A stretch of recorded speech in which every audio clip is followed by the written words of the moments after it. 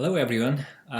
This lecture is about growth and pricing strategy for intermediaries. These days, many intermediaries, are working properly. Including the search engines we are using every day, and also like a home kind of sharing service such as Airbnb, and online marketplaces such as Amazon, Gmarket, and etc. So these days, many people are interested in how we can develop a new platform or how we can compete well with the other platforms. So I'm going to talk about this topic as kind of special one, and also I'm doing somewhat active research in this area, so I can kind of incorporate my expertise into this lecture.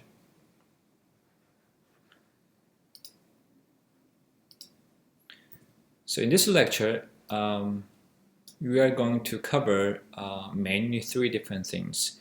First, we are going to look at kind of definition for platforms, basically how we can define platforms. Is it enough to just connect to different groups, or is there any other particular characteristic that a platform should have? To be considered as part of this kind of network economy. And the second, for any new platform, usually it have chicken and egg issue. So we're going to look at that issue, and then we'll look at how we may kind of overcome that issue.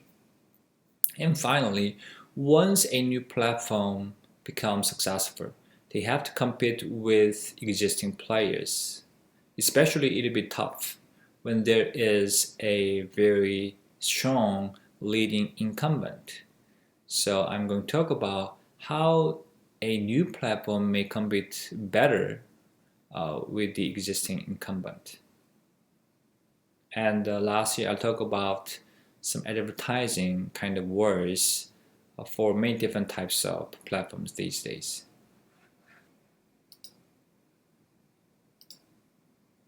So let's first look at some of the examples for as platforms. Probably you are using some of the social media such as Facebook, Twitter, Instagram, Pinterest, and LinkedIn. And as you can see in this diagram, especially the 20s, they are using social networking service pretty heavily, right? Probably many of you have Facebook accounts, right? At the same time, you may use some of the other social media services such as Twitter, Instagram, or some professional ones, LinkedIn's.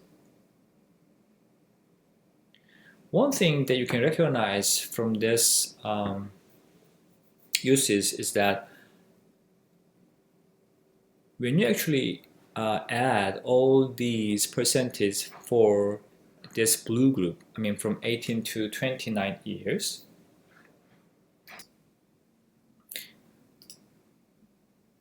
you can see that if you add these percentages, so basically 84%, 37%, 27%, and 15%, they are easily over 100%. So what this means?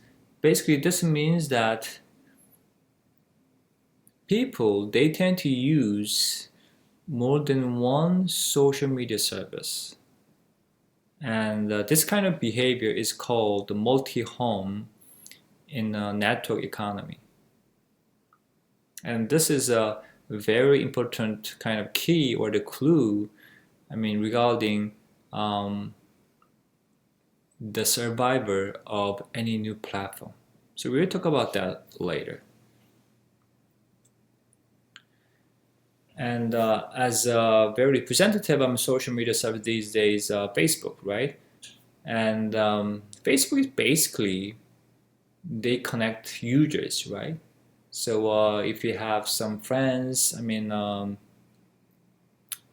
to be networked with, you can join the Facebook, and then you can exchange messages, and also you can communicate with them on and off, and then you can share a lot of things based on the Facebook, right? But Facebook not only connecting the users themselves, but also it kind of connects the user group and application developers. So there are actually some of them in applications you can use, like uh, maybe for some communication you can use some app, or as you can see there can be some social game, you can send some gift, you can play some game, and etc. Of course, I haven't used much of these apps when I was a Facebook user. However, um, what Facebook was trying to do was actually after they have obtained a lot of users, obviously they want to attract third-party application developers into their site, so that there is some kind of exchange between users and application developers. We'll see how it is active later in terms of revenue. Uh, but anyway, we can think of Facebook as a platform that connects users and application developers. If you look at the Facebook's first quarter 2015, it's the revenue is basically $3 billion, and then net income is also huge. And for this revenue, advertising revenue is much more than the fees. So it means that even though the Facebook obtains a lot of users and trying to obtain a lot of the app developers, but in terms of the revenue magnitude, advertising is much more than that. And when you think about advertising in the online space, the strongest player is Google, right? And then if you look at Google's revenue, $17 billion, and then if you go into the details, advertising is a lot more than that, other kind of things. So it means that Google and Facebook, they seem to be competing in a different kind of area, right? Google is basically is the main revenue is coming from the search engines. For the Facebook, basically provides a social media service. Helping people connect with each other. However, their main revenue is basically advertising. It means that if you think of Google and Facebook as a platform, then they have users on one side, and on the other side, they may have also advertisers, right, as another side. And then they actually compete for getting attention from the advertisers, right? So basically, we can think of actually the Facebook as a competitor to Google in this sense.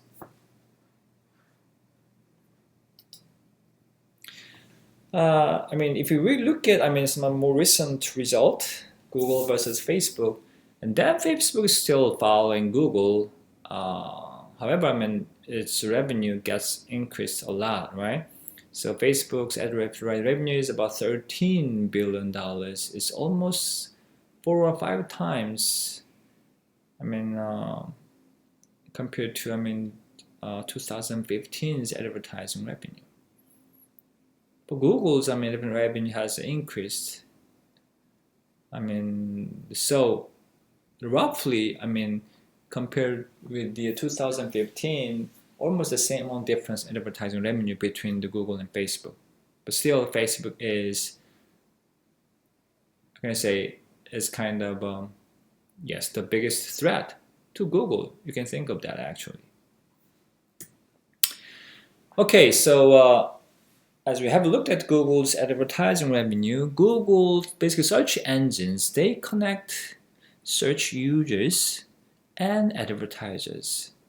So by providing a very good search mechanism, they can attract a lot of users, right? So once they have a lot of users, what they can do, they can attract advertisers who want to post their advertising, because there are a lot of people who will actually watch this kind of advertising, and they can charge a lot more, especially for the sponsored link, as you can see from here. So usually for the Google advertise, you can see is the sponsored link. Okay, actually sponsored link is here.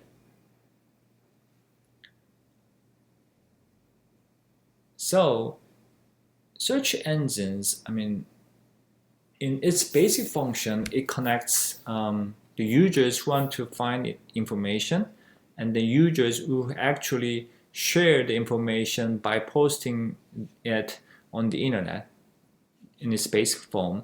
But for that service to be sustainable, they have some income, right? And that income is coming from advertisers. Not only, I mean, the online search engines and the social media service, you can think of the video game console as the platform that connects users and the game developers. One thing very interesting, I mean, particular, I mean, a kind of a phenomenon in this industry is that three big companies, I mean, Nintendo, Microsoft, Sony, they have been sharing the market, I mean, throughout the last, I mean, 2 decades. So this kind of game console market can be thought of as 3 different platforms kind of coexisting. Okay, there's some kind of platform market in which there's only one dominant platform, such as a Windows operating system. However, video game console market, 3 different players coexisting for the last 2 decades. And we'll actually think about it, why, I mean, this is happening. So before we look into a kind of secret or the detail regard behind this platform business, let's actually have this kind of question first. Is platform a new business model? I may stop this video and try to answer this question maybe for 1 minute.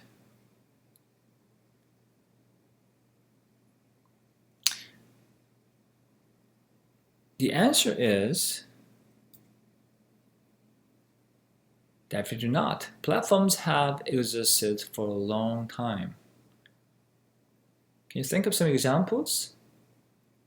Let's look at that. Newspapers, they connect readers and advertisers. You can see a lot of advertising from the newspapers, right?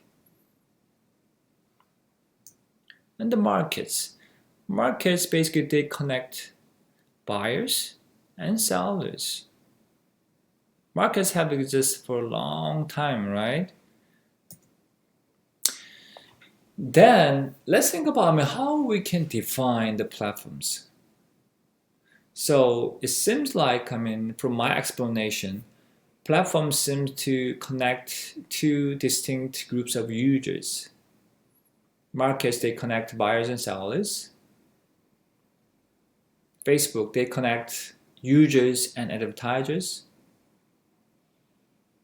So is it enough just to connect different platforms? Is it enough for an intermediary, I mean, just to connect to these different groups of users? Or there's more other characteristics than we need, especially for this lecture? I mean, at this point we can think of, some different meanings for platforms, right? So platform is, originally, meant for some area. People are waiting for the train, right?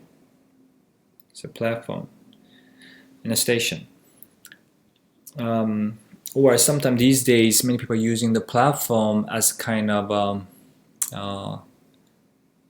framework or kind of the common tool that can be used to make the similar products. For instance, people may say that Hyundai and the Kia, they are sharing their platform. So basically, the K5 and the Sonata, they basically coming from the same line. But here, in this lecture, and also in the network economy, platform is an intermediary that connects at least two distinct users, groups of users, and we need something else. At this point, just stop this video and think about what other characteristics may be needed to define intermediary or the platforms.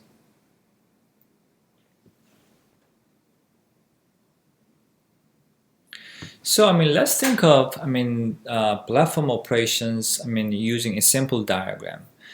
Basically, in general, there is a platform, and then it connects two distinct groups of users, and then as a return, they receive some fees from either group. So in that sense, the market that is generated by a platform is called the two-sided market. But in some cases, they don't have not only the two-sided, but they have another side. So three-sided, four-sided, and they can be called as multi-sided markets. But sometimes when you say the two-sided markets, it includes multi-sided markets too.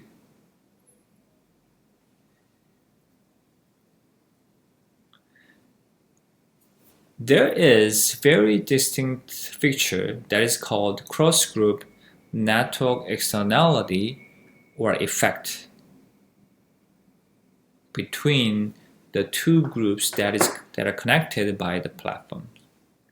Now, what does it mean by the cross-group network externality? You may wonder what it is. Let's think of the credit card. For a new credit card to become successful, these days, we have already many different credit card platforms like Visa, Master, and American Express, and something else more. And let's say you want to have a new credit card platform, then you are going to, have some problem initially, right? Basically, credit card, they connect the users on one side, on the other side, the merchants who accept the credit card. But if you don't have enough users, you cannot attract merchants. If you don't have enough merchants, then you cannot attract the users. So basically, when a user adopts a new credit card, they're going to think about the benefit, and that the benefit increases as there are more merchants who join that card platform. From the merchant's point of view, the same thing. If there are more users, and the benefit of joining that particular credit card platform will increase. So basically, cross-group network effect means that the utility of this group, one, will increase as the membership of group 2 increases.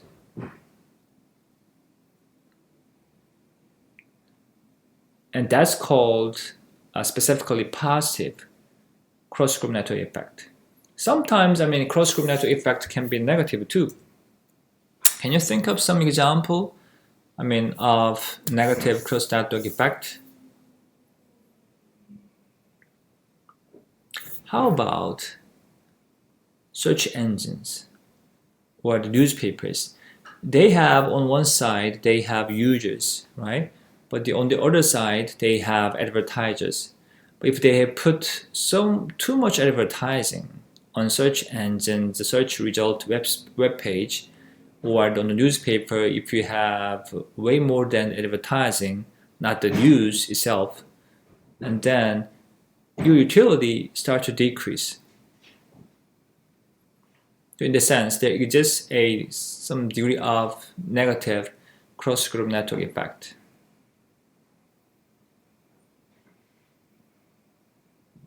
For this kind of two-sided market, of course, we can have other network effect called within group network effect or network externality. So for instance, if you think of online marketplaces, they connect basically the users, the buyers and sellers. But for instance, if there are too many sellers, and then they may compete too much, so their prices go down, so it may hurt their profitability. So after, to a certain degree, there can be some negative cross-network effect over a certain threshold. That's basically the within group network externality. Or if you think of the Facebook, we have on one side we have users, on the other side advertisers, and then between users there is a within group network externality. If Facebook has more users, then your willingness to join that Facebook will increase. Why? Because there is a more chance of finding your friends there or your potential friends there. So in that sense, Facebook, for the Facebook business, within the user group, there is basically positive network effect within group, and there exists a cross-group network effect between the users and advertisers. But if I have to pick the most distinguishing feature of the platform business between these two network effects, definitely this one, cross-group network effect.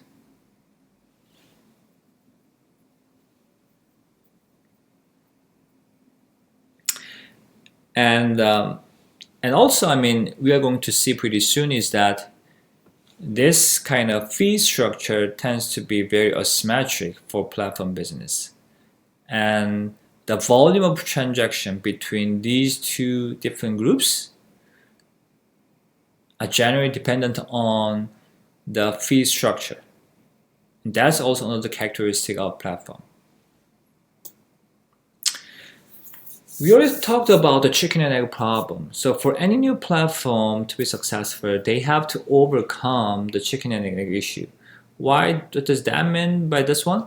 Basically, to attract users, you need some people on the other side. So for instance, for Facebook to attract advertisers, they need some users, right?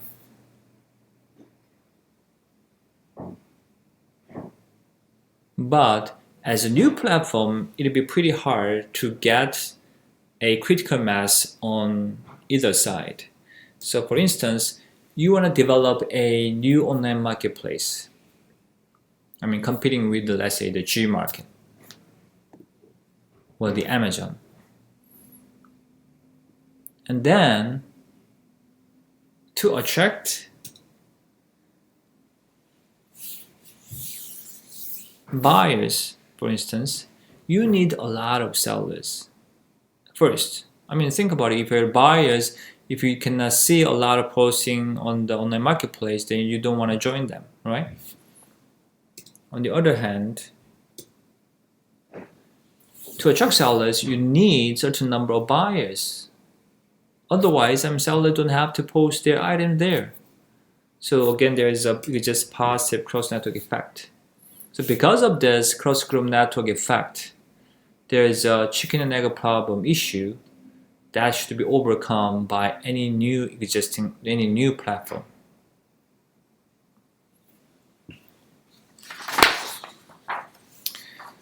Then the question is, how we can kind of overcome, or how we can become a platform. First way is, we initially provide some good service, sometimes free service, to one side to get a critical mass from that side, and then attracting the other side so that we can become a platform. For instance, if you think of Amazon and the G market, they started as online platform, and then they become basically online marketplace. Facebook and the once very famous Cyword as the first kind of very successful Korean social media service, it started as a community service provider. So basically, they provide some online space in which the friends, they can exchange their kind of information, that they can kind of continue their relationship with their friends. But then they move on to basically a social media or social network service. So then now they can attract not only users, but also having them, they're trying to attract advertisers or application developers. So you try to become a platform. Almost all Koreans, they are using the Kakao message service. They started as a free messaging service provider, and they try to become a kind of platform on a mobile operating system. So basically, for every smartphone, there exists some mobile OS, right? Android and iOS. And then upon that, they want to become a kind of another platform that connects their users of free messaging service. And also the other side, they may attract, for instance, people who wanna actually post their writings, like novels and the cartoons, and even the app developers. And the Kakao is entering, for instance, taxi business, because they have a lot of users. So once you obtain a lot of users on one side, and then this tends to be pretty easy to attract the other side, right? Because you have some critical mass on one side. That's kind of a way of becoming a platform.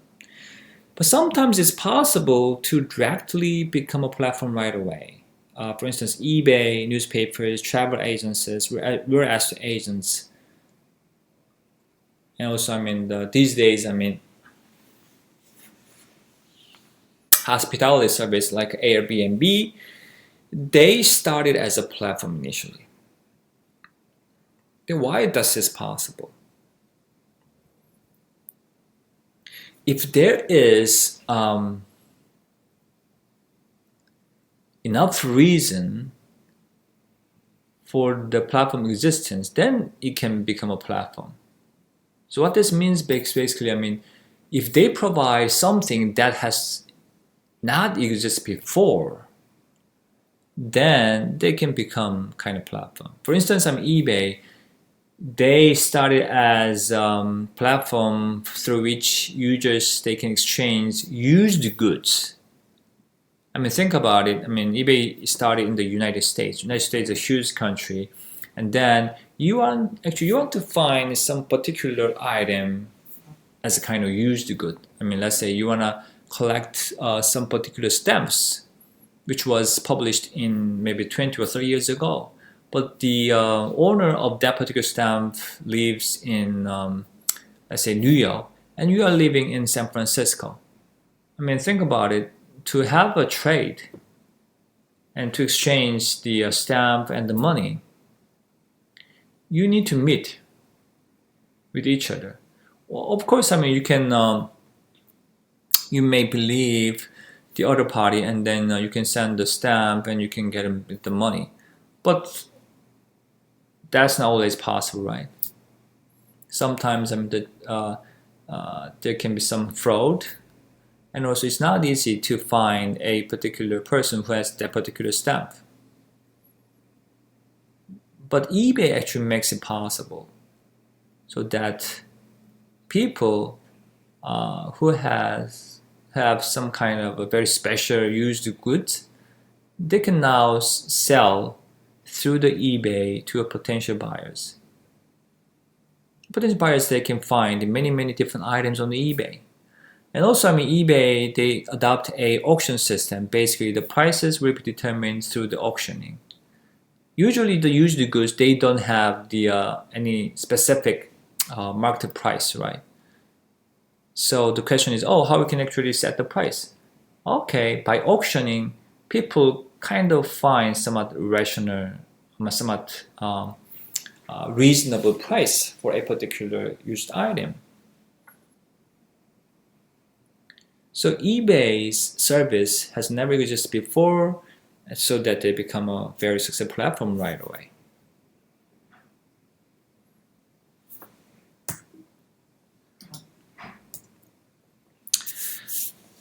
So one particular thing, I mean, regarding the platform business is not only the cross-group network effect, but asymmetric pricing. I mean, asymmetric pricing, I mean, that is meant basically, I mean, platform may treat a different side with different pricing. So in general, they treat the side that's single homed and the side that uses stronger cross-group network effect, or the side that requires some product or service variety, they tend to serve that side somewhat favorably. So let's look at the example. Credit card, game console, PC operating systems, account sharing such as Airbnb, online marketplace, newspapers can be examples of platforms. And usually there exists a subsidized side and money side who kind of charged premium. I mean, let's think of, I mean, credit card. Which side gets subsidized? Users or the merchants? Users. Why? I mean, think about it. Users get a convenience of not carrying a lot of cash, but they don't have to pay annual fee. I mean, there are some cards that need some special, I mean, annual membership fee, but it usually offers some different, I mean, premium service to the users, right? But there exists many actually free credit cards. However, merchants on the other side, I mean, they have to pay certain percentage of transactions as a premium. So 3%, 4%, 2%, depending on their negotiation power. For the game console, which side actually gets subsidized? Users or the game developers? I think actually users get subsidized in the sense that the machine, I mean, PlayStation, Nintendo's Wii, and the Xbox, they, I mean, basically, I mean, their price for that machine is not that much high, considering the capability of that kind of a console capability these days. However, game developers, they have to pay some royalty per game title sold. How about operating systems, users or the application developers?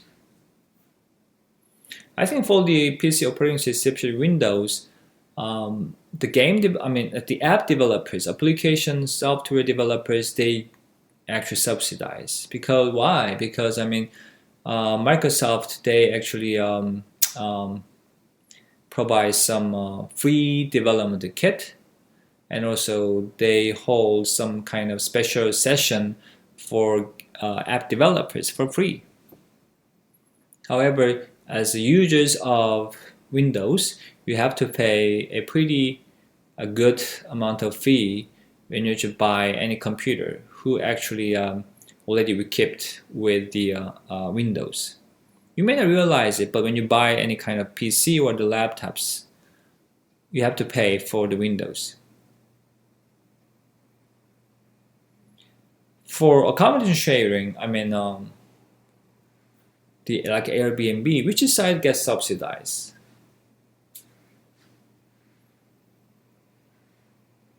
People who rent their place to other people, or actually the renters? If you look actually the Airbnb business practice, they charge a lot more to the renters who actually borrow the space for a few days. More than 10%. So if it costs, let's say, $100, you have to pay more than $10 as a fee to the Airbnb. And the question is why? Why they treat homeowners favorably compared to with these renters?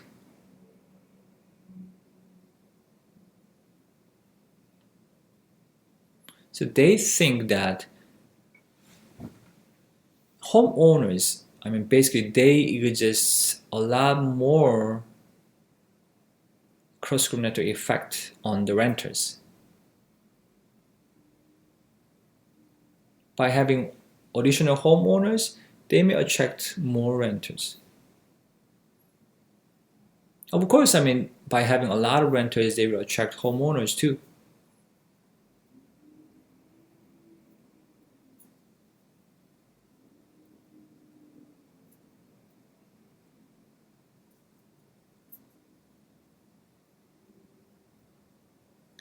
And if you think about the online marketplace, for instance, usually the sellers, they charge the premium, right? Buyers, you are not paying anything.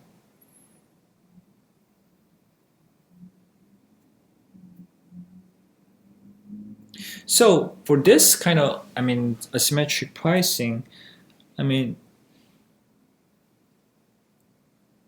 it depends on the dynamics between the groups for a specific platform. So we don't have like some unified answer. Okay, you should subsidize a particular side, or you should charge premium to a particular side. It depends on the particular situation that any platform will face. However, if this asymmetric pricing is done in a wrong way, basically you charge some premium to a side that should be treated better, and then sometimes that platform business may fail.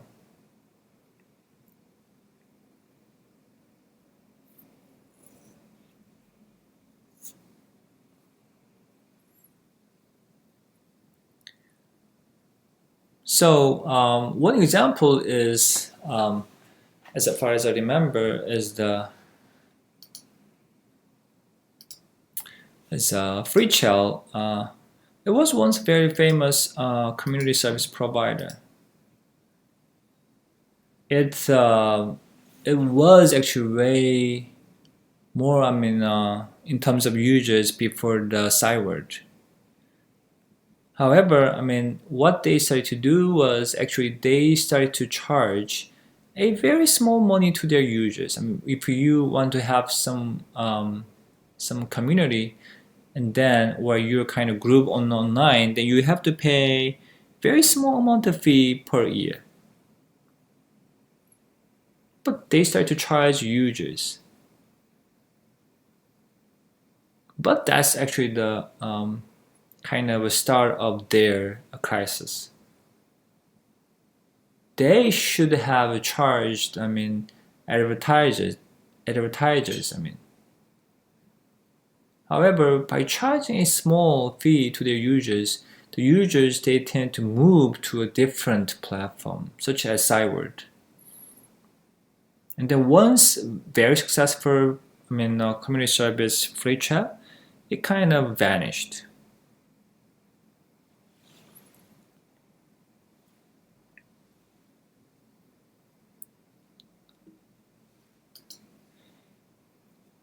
Okay, the next topic we are going to look at is platform competition. How any platform can compete better or well with the existing kind of platform player. Okay, in this particular, the last kind of series about platform operations, let's think about platform competition. When a new platform becomes successful, and then basically they have to compete with the existing, some leading incumbent. And then the question is, when actually that kind of new platform can survive and sometimes surpass the existing incumbent. People may think that for this platform economy, there is kind of phenomenon called the winner takes all. So you should start your kind of platform business faster or the sooner, so that nobody actually enters into the market. Is it really true that the winner takes all? Or it's possible that actually multiple platforms coexisting and sharing the market? So let's actually think about that issue in this, the last series about the platform operations.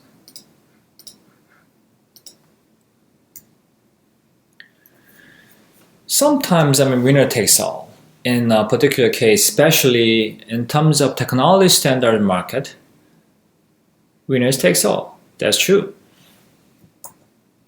Microsoft Windows, of course, there are a significant amount of users, using the Macintosh.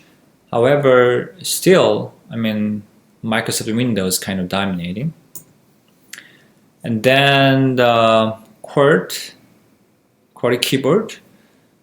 It's known that actually there exists some different types of keyboards, but the QWERTY keyboards basically becomes standards, and then they're kind of dominating.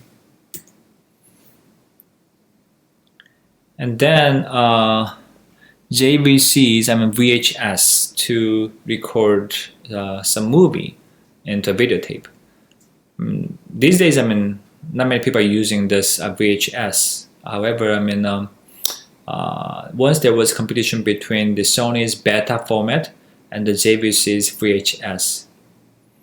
Sony's beta format was known to be better in terms of technology, but however, once JVC VHS format started into having more kind of users, more producers on their own kind of side, they started to become a kind of standard and dominating the kind of recording industry. So why this is happening? Can you think of some reason why for this technology standard market only one, basically the platform is dominating?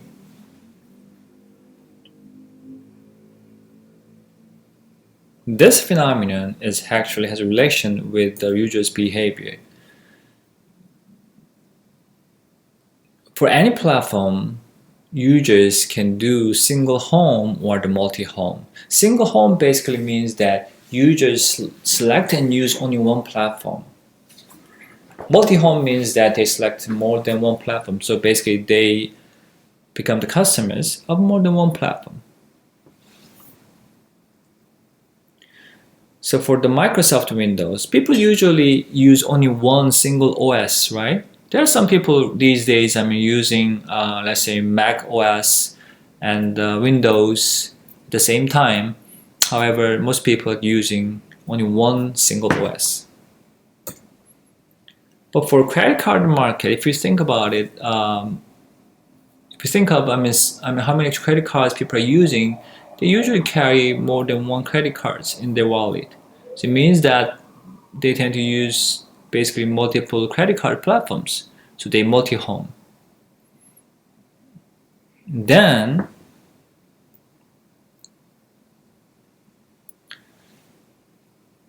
this kind of homing behavior actually has a significant influence on the existence of multiple platforms at the same time. So we talked about the console market. There are 3 players. For credit card market, Visa, MasterCard, American Express, and many proprietary cards. And on the marketplaces, we have a lot of players. And unlike the PC operating systems, for the mobile OS, we have actually multiple players with a significant market share for each kind of part. So for all of these, the markets, users tend to multi-home. For the video game console market, some actual game users, they can have, both PlayStation and the Wii, or the Xbox and PlayStation at the same time, or Xbox and Wii. Even some players, they may have PlayStation, Xbox, and Wii at the same time. Why? Because sometimes some games are exclusive to a particular console. So if you want to play that particular game, you have to buy the particular console. So there's some reason why you actually tend to buy multiple platforms here. And also, the Wii's game is very, very different from the game that is played by PlayStation. Wii is more like a family friendly, and it doesn't need that much skill in playing the game. So any kind of new users can easily join the Wii game compared with the PlayStation's the game.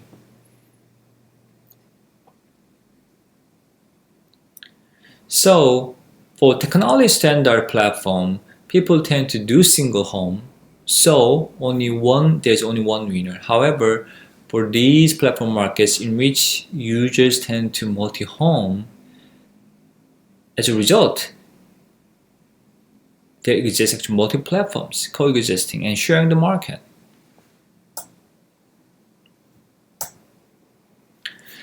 There's one interesting phenomenon regarding the market share for the browser. So in 2008, if you look at the graph, Internet Explorer was dominating more than 60%. It's about 70%. However, its market share gets decreased significantly and continuously.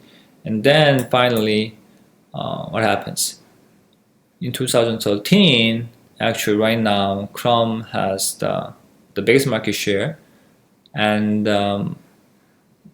there are other players too with significant market share, Safari and Firefox and etc. This kind of phenomenon is kind of continuing these days still. Why this is happening? You can interpret this phenomenon using the homing behavior. Around 2008,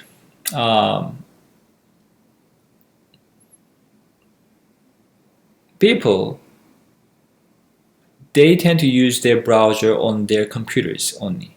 However, as smartphones kind of picked up, people tend to browse the internet not only from their laptops or their desktops. They are using the tablets and the smartphones. So as let's say if you are the iPhone user, and then your default browser will be the Safari. So Safari's market share, was very small, but in 2013 it gets almost 10%. So what's possible these days is that maybe if you're an iPhone user, you can use the Safari on your smartphone, and you can use Internet Explorer or the Firefox or the Chrome on your laptop. So basically people tend to use multiple browsers these days. So that as a result, in terms of market share, multiple players kind of are sharing the market share significantly compared with like 10 years ago. So people's behavior in terms of homing, they may change over time. Then the question is, how we can induce a particular homing behavior, especially as a latecomer, you want to induce multi-homing behavior so that the users, they also visit your site, visit your platform. One way is basically provide new functionality, like as we actually has done. Compared with the PlayStation or Xbox's game, Wii game is way easy to play, right? Even for, let's say, the sports. For the PlayStation, it needs a very sophisticated kind of skill sometimes. However, for the Wii, you can just swing your racket. And then actually for that tennis ball actually will move. Very, very easily to the other side. If you look at, kind of game title, Call of Duty, it's very kind of, the theme looks pretty kind of dark, and the game itself needs kind of a continuous, involvement, and also it needs certain kind of learning curve, right? However, for any game that is played with Wii, you can just play the game right away. Even you don't know how to play golf, you can play golf there. The other way is actually the pricing. So if you look at the G markets, the growth is very, very interesting. In 2013 and 3, the auction site in Korea was the dominant one. And then suddenly in 2 years, in 5 years, G market has started to dominate actually the market. Why does happen? Auction in 2003, they didn't see G market as their competitor, so they just continue charging the sellers the same fee. However, G market was kind of clever. They started to charge a little bit less in terms of fee to their sellers. And then what happened? Basically, as a seller, because G market didn't charge registration fee to seller either. So as a seller, who uses auction before, they can just post their product in G market without any charge, and they just look for another customer who visits G market.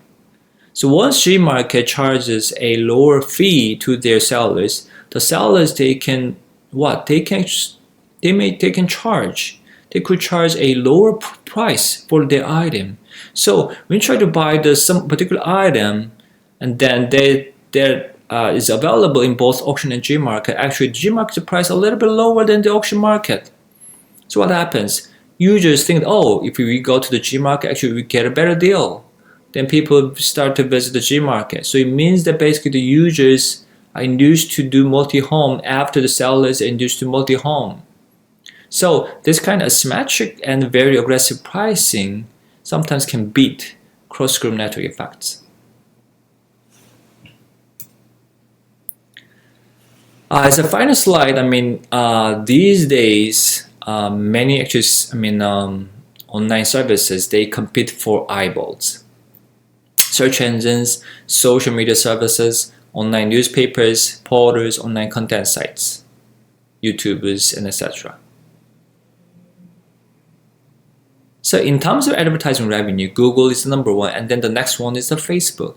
So as I have talked before, you can think of Google's competitor is under search engine provider like Microsoft, or now kind of declining the Yahoo, but actually not.